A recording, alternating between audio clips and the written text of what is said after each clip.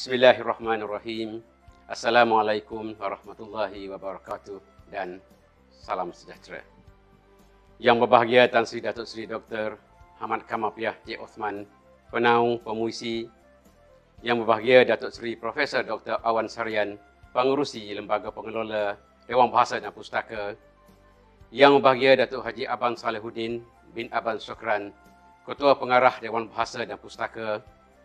Yang bahagia Datuk Dr. Razwan Ibrahim, Presiden Pemuisi. Yang bahagia Dr. Hazami Johari, Ketua Pengembangan Sastra Dewan Bahasa dan Pustaka. Barisan Penasihat Pemuisi, Sastrawan Negara Profesor Emeritus Dr. Muhammad Haji Saleh. Sastrawan Negara Datuk Dr. Anwar bin Ridwan. Sastrawan Negara Datuk Dr. Zurina Hassan.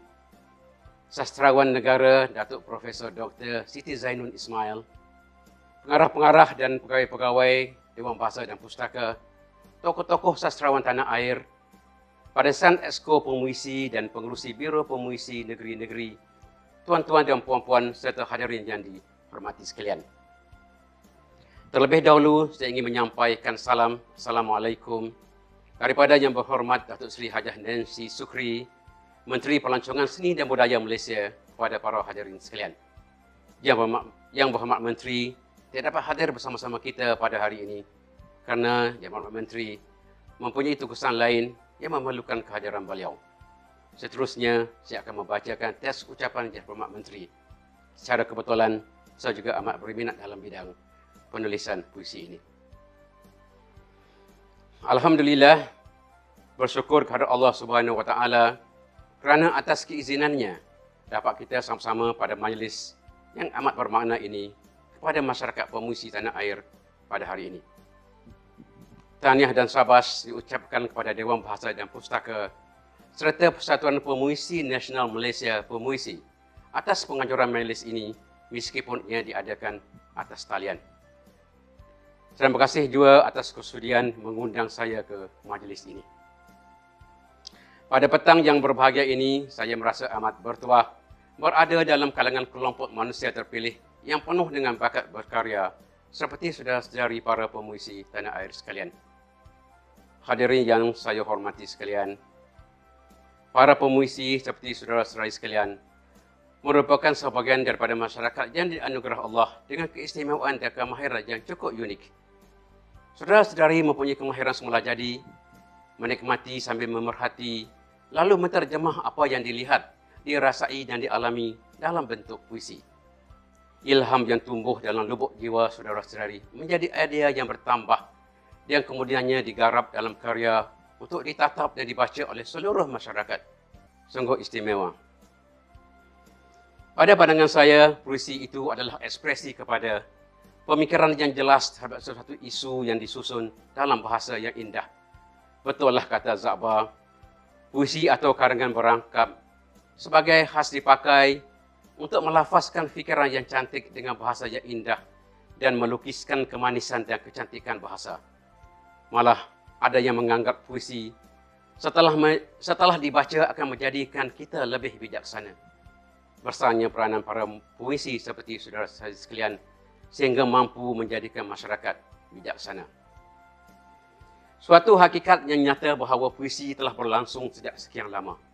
Sebagai contoh, puisi adalah sesuatu yang terlalu rapat dengan masyarakat Arab sejak zaman jahiliyah hingga zaman Nabi Muhammad SAW. Puisi merupakan wadah penting dalam kehidupan seharian mereka. Para penyair yang menghasilkan puisi terbaik disanjung tinggi oleh masyarakat kerana berjaya mengangkat martabat sukunya ke darjat yang lebih tinggi berbanding suku-suku lain. Pada zaman Nabi Muhammad SAW, puisi merupakan wadah utama dalam menyalurkan ilmu dan dalam puisi itu mengandungi hikmah. Seperti mana yang kita sedia maklum, khalayak puisi bukan lagi terdiri daripada penggiat dan peminat kesusastraan sahaja. Malah telah melangkaui dan mencakupi seluruh golongan masyarakat. Oleh sebab luasnya pengaruh puisi dalam kehidupan masyarakat, kita harus mengangkat bidang ini agar menjadi suatu wadah pengucapan yang dapat menyumbang ke arah pembangunan rohani dan sosial. Puisi juga dianggap sebagai pengubat jiwa dan emosi. Puisi pernah digunakan sebagai penaik semangat perjuangan sesuatu bangsa.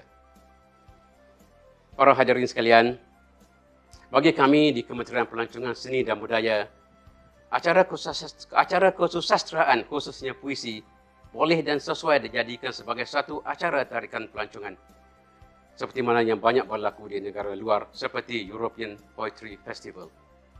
Barangkali kita sama-sama boleh menggalakkan lagi lebih banyak puisi berasaskan pelancongan dihasilkan.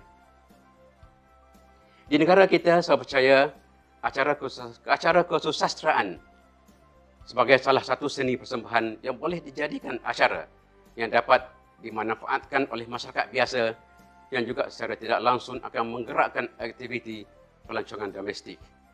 Dalam hal ini, Mautek sedia untuk bekerjasama dengan para pemuisi sekalian dalam menjayakan perkara ini.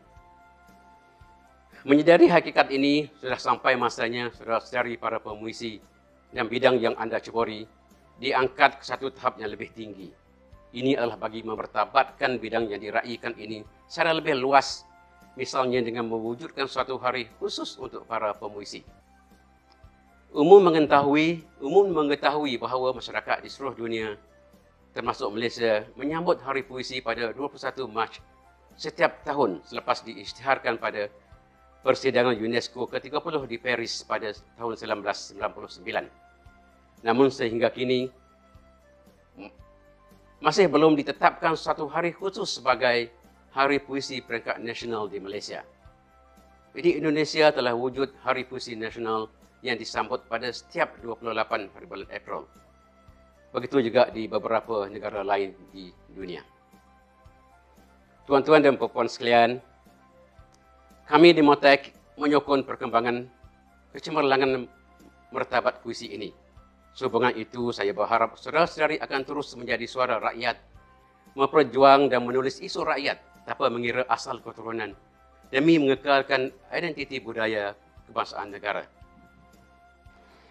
Bertitik tolak daripada perkembangan Hari Puisi Negara dalam dunia pada masa ini, sudah sampai masanya komuniti sastra, khasnya pemuisi di negara ini, mempunyai satu hari yang disambut sebagai Hari Puisi bagi kita mengangkat martabat khalayak puisi dan bidang yang saudara-saudari ceburi.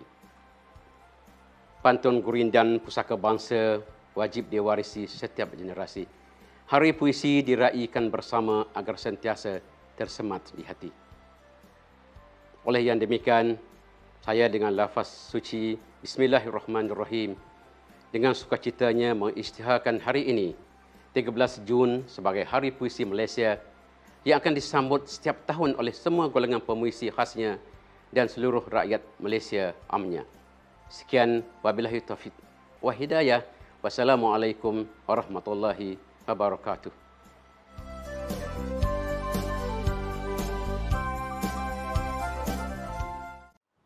Izinkan saya deklamasikan satu sajak untuk rakan-rakan pemuisi. Sajak ini dihasilkan oleh seorang rakan kita yang juga merupakan seorang pemuisi. Menjadi pemuisi. Menjadi pemuisi sekarang bukan mudah, kerana puisi bukan hanya susunan kata-kata. Puisi adalah umbut pengalaman yang dikisar dalam sedar, dikerah dalam pati fikir, merendangi kehidupan, mempermaikan kemanusiaan.